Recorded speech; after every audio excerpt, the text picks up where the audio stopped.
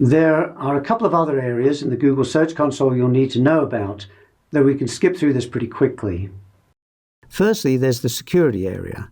This only comes into play if your site gets hacked and malware gets placed on it. You may have seen warnings from Google now and then when you click on a search result. Perhaps you've seen this kind of thing now and then. If you do get hacked, you'll see information in this page explaining how to deal with it. As for the other resources area, we have a variety of tools and information. At the top, we have tools to help you with structured data markup, a subject we covered in an earlier lesson.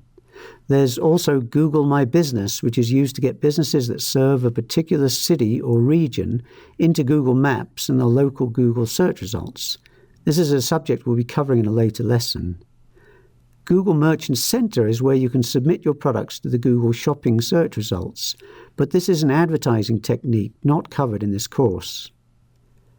Page Speed Insights is a useful little tool that will check your website to see how quickly it loads and provide suggestions to you for fixes. Custom Search is where you go if you want to add a Google-powered search system to your website. We also discussed this in the lesson on structured data markup, because if you have one of these set up on your site, then a search box may sometimes appear in the search results under your listing. Finally, Google Domains, where you can register domain names through Google, and Webmaster Academy, a training area. And don't forget the settings, which are hidden away, easily missed, up here. We have Search Console Preferences, where you set up the language and email notifications. We've seen the site settings in an earlier lesson. You use it to define your preferred domain, generally the www form, and perhaps the rate at which Google will crawl your site, though in general you shouldn't change this. The Change of Address area provides instructions to help keep Google updated if you move your site to another domain name. The Google Analytics property area allows you to associate your Webmaster account with your Google Analytics account so that Analytics can import Search Console data and you can link from the Search Console to the Analytics account. Users and property owners allows you to define who can work in the Search Console.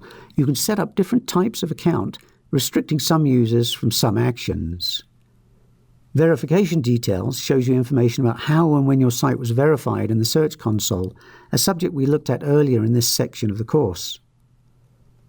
And the Associates area provides a mechanism to link a Google Plus account to a website, though this seems to be a little used and perhaps not yet finished feature. So there you have it, the Google Search Console. It really does provide a great deal of very useful information, and every site owner really should be using it. And don't forget Bing. Bing provides many similar features, and of course Bing feeds search results to Yahoo. So combined, Bing and Yahoo provide a very significant portion of the search results being fed to searchers every day.